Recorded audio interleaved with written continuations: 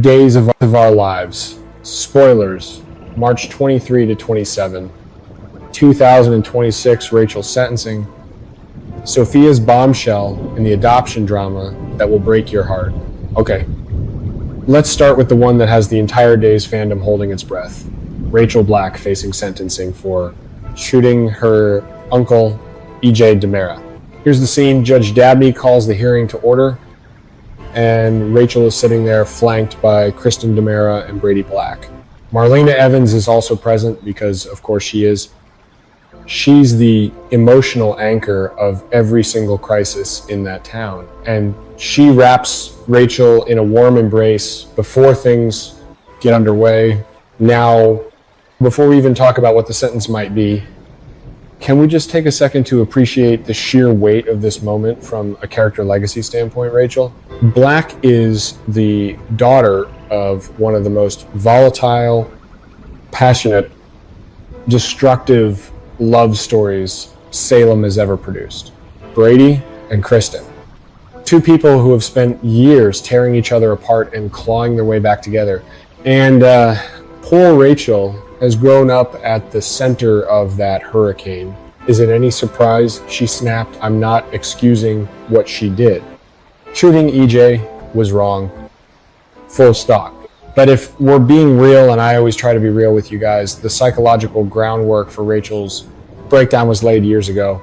Think back to 2020, Dans Himling Arshii, when Kristen was constantly in and out of prison, in and out of disguises, in and out of Rachel's life, like a revolving door of chaos. Brady fighting custody battles, Rachel being weaponized emotionally by both parents without either of them fully realizing it. That little girl never stood a chance at a stable childhood. What I find fascinating, and this is where the writers are actually doing something clever, is the visual of Kristen holding Rachel's hand in that courtroom. Because Kristen DiMera has sat in that exact position before, she knows what it feels like to face a judge, to face consequences, to have the room staring at her waiting for a verdict. And now she's watching her daughter go through it. The generational cycle of chaos in the DiMera and Black families running straight through that little girl's body. That image alone is worth a dozen plot twists. My prediction, the judge goes lenient probation, mandatory therapy, something that keeps Rachel out of juvie but keeps the storyline emotionally unresolved enough to carry into spring. Sweeps, and Marlena being there isn't just for emotional support. I think she's being positioned as Rachel's ongoing therapist going forward, which would be brilliant for her character. But here's the kicker. What does EJ think about all of this? Because that man getting shot by his own niece and then watching the family circle the wagons around her instead of demanding justice, that's the kind of slow-burning resentment that festers. Don't sleep on EJ's reaction in the weeks ahead. Okay, switching gears, and my feelings on this one are complicated. Philip Kyriakis looks Gabby Hernandez in the eyes this week and says, "Here are the reasons I love you." And Gabby is touched. She's moved. She's also apparently riddled with guilt because she has been hiding a major betrayal from him. Let me just say this plainly. I actually like Philip and Gabby together. I know that's a controversial take in some corners of the fandom. I know a lot of people are still riding hard for Gabby and Stefan. And look, I understand that Stefan and Gabby had something electric. But Stefan is gone. And Philip showing up in Gabby's life with this quiet, steady devotion. There's something genuinely touching about it. Philip has his own damage, his own history of obsession and bad decisions. Who could forget the whole arm storyline? Let's just acknowledge how wild that was, and watching him choose to be vulnerable, to actually say the words, feels like growth, which is exactly why Gabby's betrayal stings so badly from a storytelling perspective. You have this man finally opening his heart again after years of embarrassment and dysfunction, and the woman receiving that love is sitting on a secret that could blow it all up. Now, what exactly is the betrayal? We don't have all the details yet, but given the current web of Salem politics and business scheming, My theory is that it involves something connected to the Demira Empire or Titan. Gabby has always been someone who plays chess when everyone else thinks she's playing checkers, and sometimes that backfires spectacularly.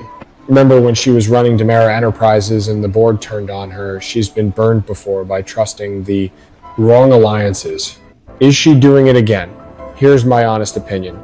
If Gabi is using Philip in some way, if this relationship is even partially strategic, that's a betrayal I will find very hard to forgive narratively, because Philip deserves better.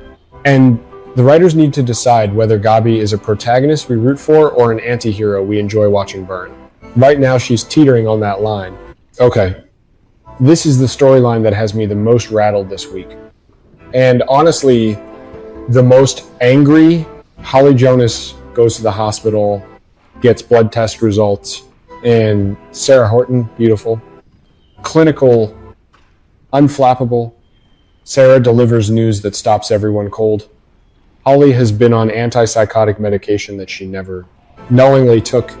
Tate Brady is standing right there, and he looks absolutely devastated. Do we know why Holly's blood test results show that she was on antipsychotic meds, he asks. And the answer is Sophia. Sophia switched Holly's vitamins with powerful drugs.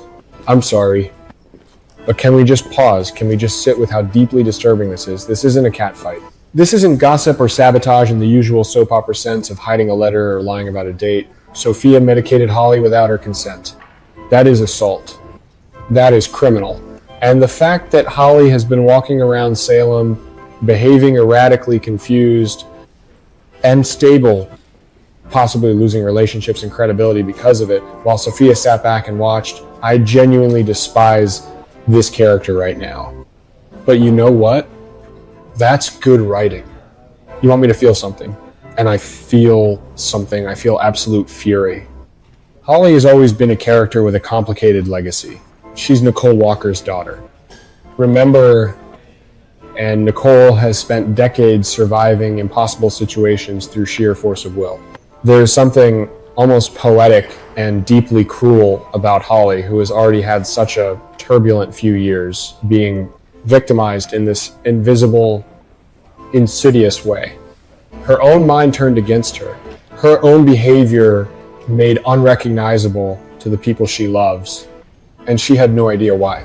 The reveal this week is going to be massive, and the question that I keep asking myself is, what happens when Sophia faces real consequences? Because in Salem, characters like Sophia Young, cunning, motivated by romantic obsession, sometimes get away with things for far too long.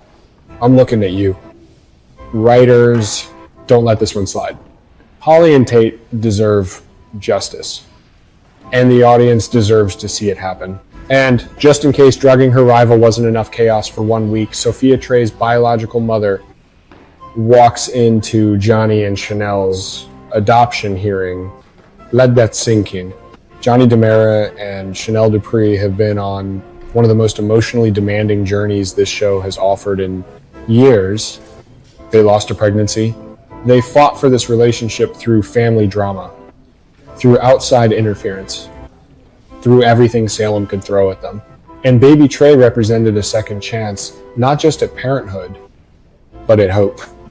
At moving forward, Melinda Trask announces that the adoption cannot be finalized until the court hears from one last person.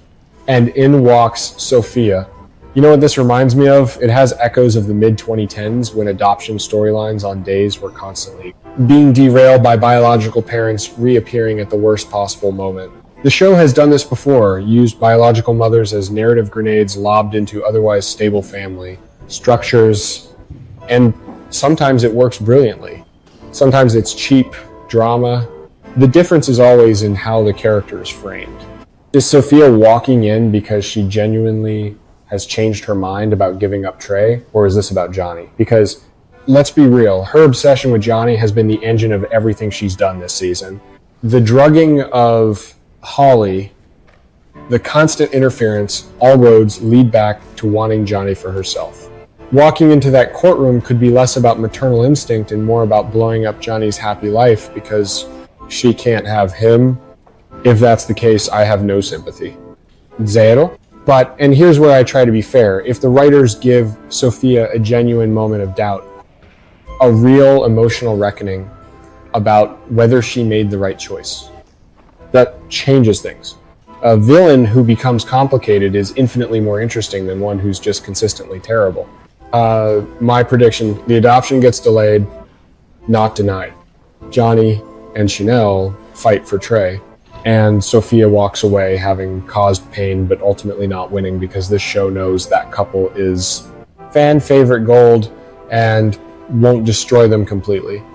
At least that's what I'm hoping. Two quick things I don't want to skip over. Alex Kyriakis overhears Stephanie talking about her kidnapping ordeal with Jeremy, her ex, and gets a pang of jealousy. Now, on the surface, this feels like standard soap opera insecurity, but I think there's something more interesting happening here. Stephanie literally just survived a traumatic experience, and her first instinct is to lean on Jeremy. Alex is her husband. What does it say about the state of their marriage that the person she turns to for comfort isn't him? That's not a jealousy story, that's a distance story, and distance in Salem is almost always the first crack in the foundation. Meanwhile, Maggie runs into Xander at the hospital, and after what sounds like an uncomfortable exchange, pivots to mentioning Vivian. Have you heard the news about Vivian? She asks. What news? We don't know yet. But anytime Vivian Alving's name comes up in Salem, things are about to get deliciously complicated. That woman has more lives than a cat and more schemes than a Bond villain. The fact that Maggie Xander's former mother-in-law, a woman with complex feelings about his history with her family, is the one bringing it up is interesting. Watch this space. This week on Days of